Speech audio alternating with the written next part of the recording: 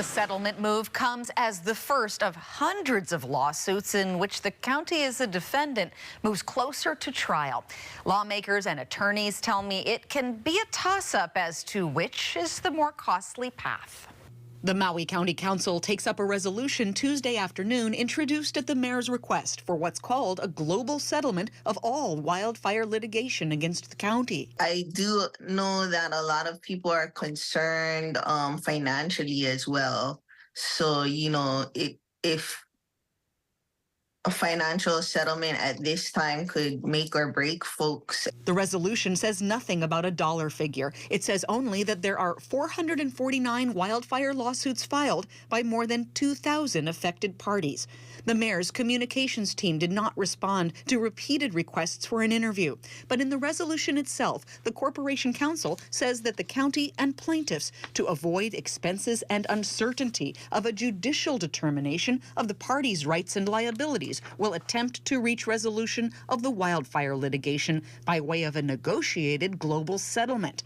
Whether that means just the county is party to the plan or other defendants too, like Hawaiian Electric, is not yet revealed. I can't really get into the specifics of settlement discussions or the mediation process. That's all very confidential, and it's intended to allow the parties to be open with each other and have candid conversations about the case. Typically, global settlement means a resolution of all claims, but I can't speculate any more than that.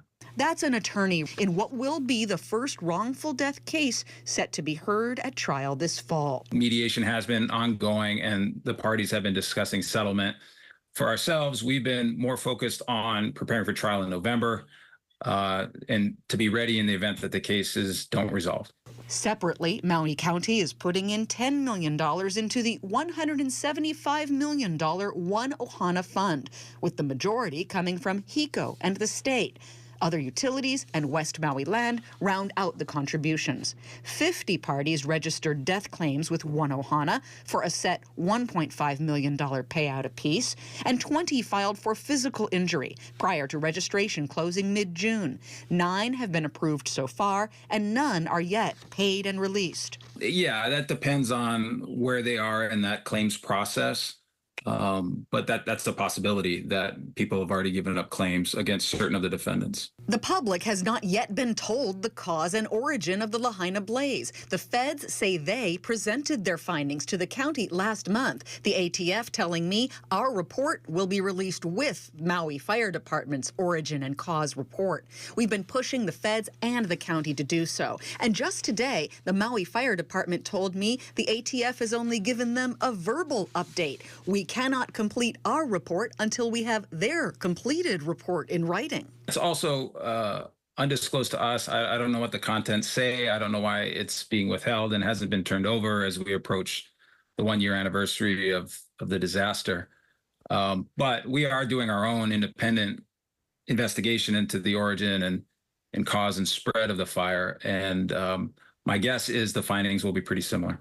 The undisclosed report could help inform the public and county council about the county's liabilities and exposures and whether trial or settlement are the better path.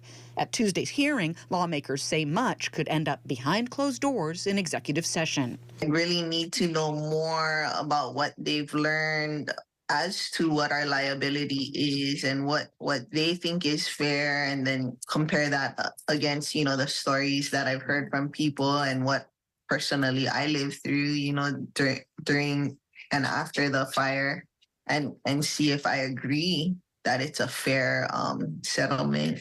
Gina Mangieri, KHON2 News, always investigating.